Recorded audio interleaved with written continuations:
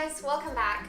So it's almost the end of the school year, and instead of thinking about the holidays and sitting on the beach, we have to think about exams, and parents are stressed, grandparents are stressed, and teachers are pressuring their kids with revision.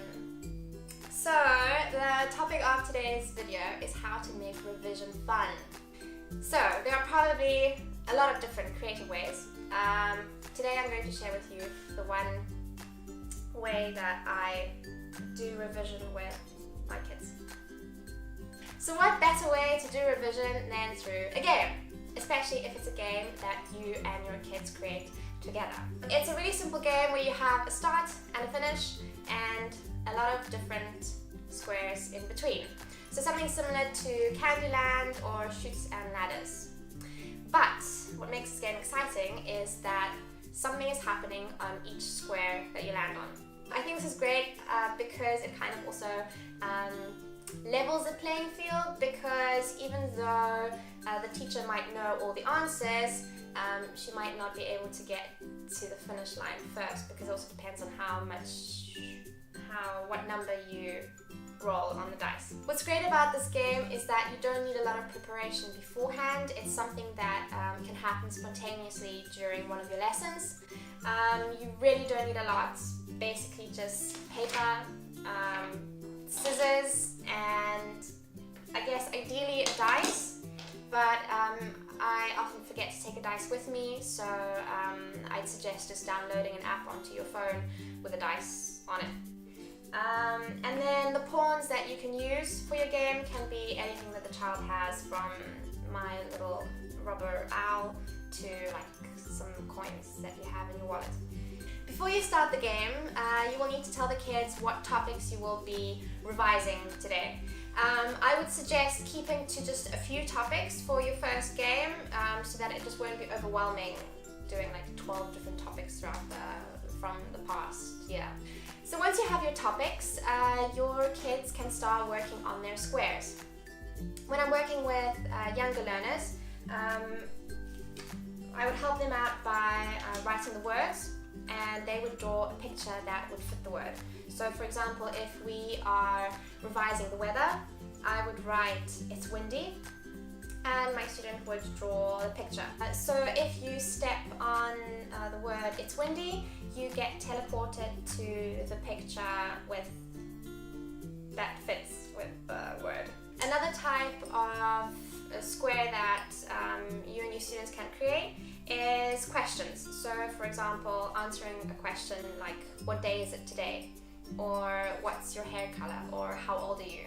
Another type of question that you can, or another type of square that you can create is one, for example, practicing past tense. So if you land on eat, you have to find the past tense of eat.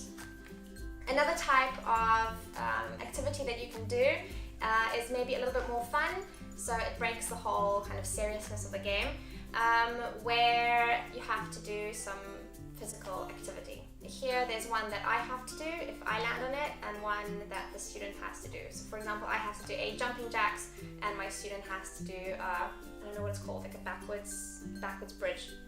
So your role as a teacher is not only to have fun during this whole process, but also to have a couple of ideas maybe ready beforehand, so that you can give examples to the kids of what types of squares they could create. So be it ones where you have to do a physical activity, ones where you maybe have to move back or forward, or ones where, like I showed you, you have a certain question and you have to be teleported to the answer. Once you've given out these suggestions, you'll see that the kids will take on their own initiative, and they'll make a lot of fun and interesting squares all on their own. Every child that I create this game with is a little bit different, so some kids will tend to create squares that have very easy tasks to do, and other students will create squares with very more complex tasks. So your role as a tutor is to be aware of what the kids are creating, so that if they are a little bit too easy and you know that they could do a little bit better, you can create extra extra squares with some questions that will be a little bit more, a little bit more demanding. So once all the squares are completed, you can start setting up your game. Try to make sure that the matching pairs of cards are some way away from each other. I also have this rule that if you step on a word, you move forward onto the matching picture. But if you step on a picture later on, it doesn't move you back. So just make sure that you put most of the words in the beginning and the matching pictures a few steps forward, just so that you aren't like jumping back and forwards the whole time. It's better if the game is quick and you can repeat it many times than if it's long and the kids begin to lose interest.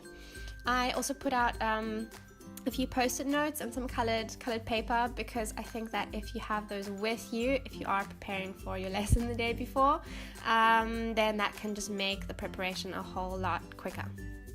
So revision doesn't have to be boring. And what I've also found that's great about this game is that it also calms parents down a little bit, because children can keep this game and they can play it with their parents over the weekend or before their exams.